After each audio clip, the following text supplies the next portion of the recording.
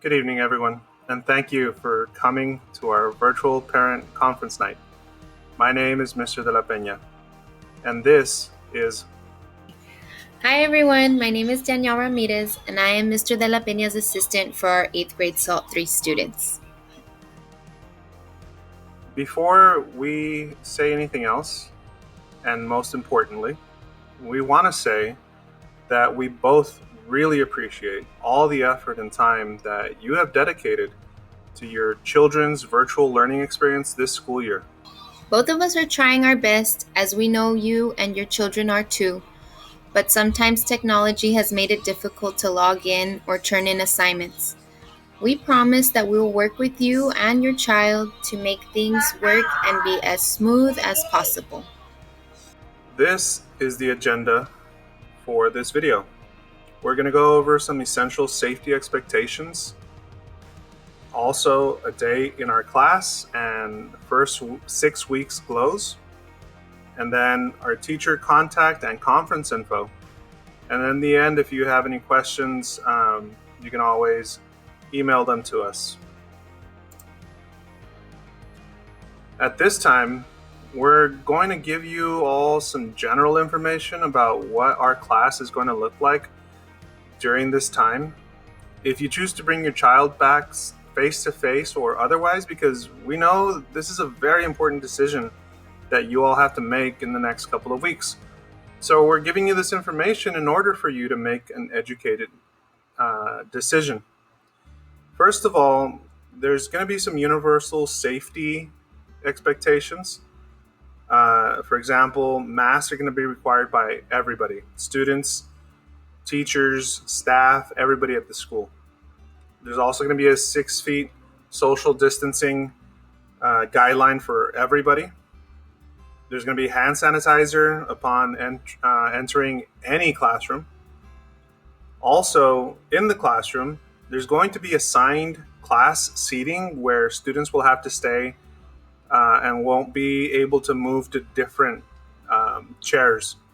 There's going to be controlled restroom access, which means that we're going to monitor very closely which students go and to which ones, and the hallways are going to be supervised to better protect all of the students. We're also going to highly encourage safe hygiene practices. For example, hand washing, and the water fountains are not going to be able to be used unless students have a water bottle. Now, in transitioning, there's going to be hallways that are one-way traffic only to control the spread of any possible contamination. There's also going to be assigned dining seats where the students will not be able to go outside during their lunchtime. They're going to go to an assigned cafeteria, and they're not going to be able to be interacting physically or roaming around in the cafeteria. Finally, another one is going to be there's going to be controlled numbers. As far as in-person student population, it's going to be very, very limited. Not many students are going to be at school in person learning. And there's going to be staggered dismissal times, which means that some students in some areas of the school will be released earlier, a few minutes earlier, 1 or 2 minutes earlier before others are dismissed.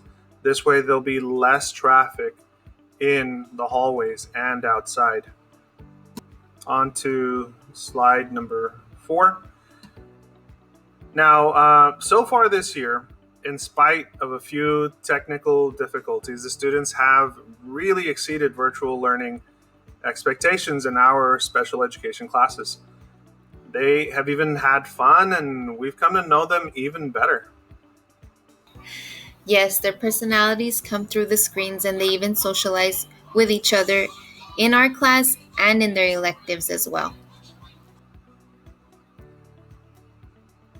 And this is more or less what the classroom looks like right here in this middle video. The seats are all spaced out. And since our class only has 9 students, we don't really have that issue of overcrowding.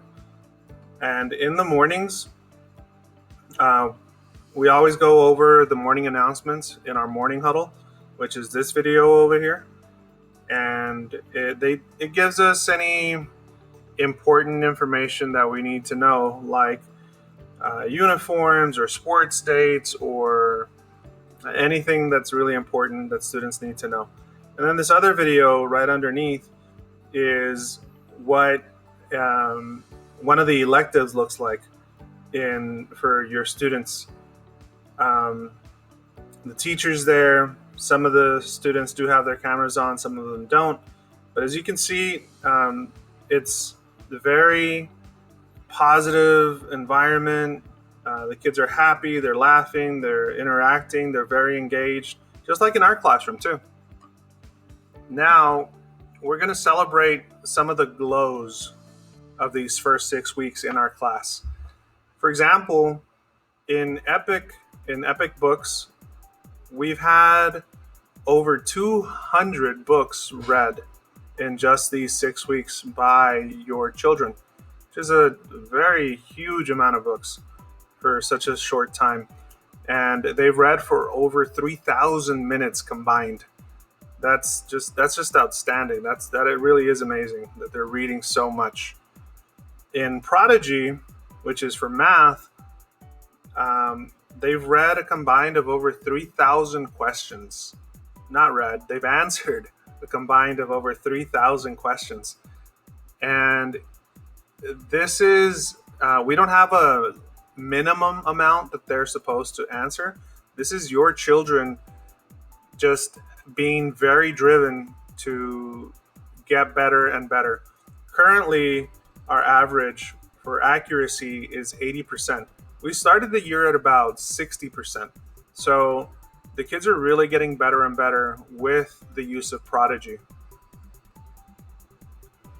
And down here, I really love this stat. This is awesome that we have over 99% attendance for our SSALT3 classes, which is just outstanding. It's very, very uncommon for even in person to have such high attendance. And even since last year, our class, your students have been doing an amazing job of having great attendance. And finally, this last glow that I want to celebrate a little bit is for Donors Choose. With the help of your children, some feedback, I'll ask them questions about what we should do, who we should help. And this year, so far in these 6 weeks, I've been able to get over $6,000 in donations for our school, and much of that is for our classroom. A lot of these donations are waiting for us back in the classroom once we start in-person learning. And since 2018, so just a little bit over 2 years, I've been able to help get the school over $70,000 in donations, which a lot of that is thanks to students like the ones that we have here in our special education SSALT3 classroom. So thank you. Okay, this is our contact information. If you ever need to contact me or Ms. Ramirez, this is my email, which most of you probably already have, and that's Ms. Ramirez email right there. And those phone numbers are for our Google Voice phone numbers. So you can text us, you can call us at those numbers, our preferred method of communication is through Remind. We also have Class Dojo, so it's up to you how you communicate with us. You can email us, text us, you can send us a message on Remind, send us a message on Class Dojo. And if you ever need a conference, these are my conference times. It's second period, Tuesdays, Thursdays, and Fridays. Make sure that you email me or text me. Just contact me if you ever need a conference time. Okay? So I I'm really, really hoping that all of this quarantine is over as soon and as safely as possible. I really miss being in the classroom um, with your children. They're really great students, and that's it. We'll see you. Bye. I look forward to all of this being over soon and safely so that I can meet you and your children sometime. Until then, we'll see you all virtually. Take care and stay safe.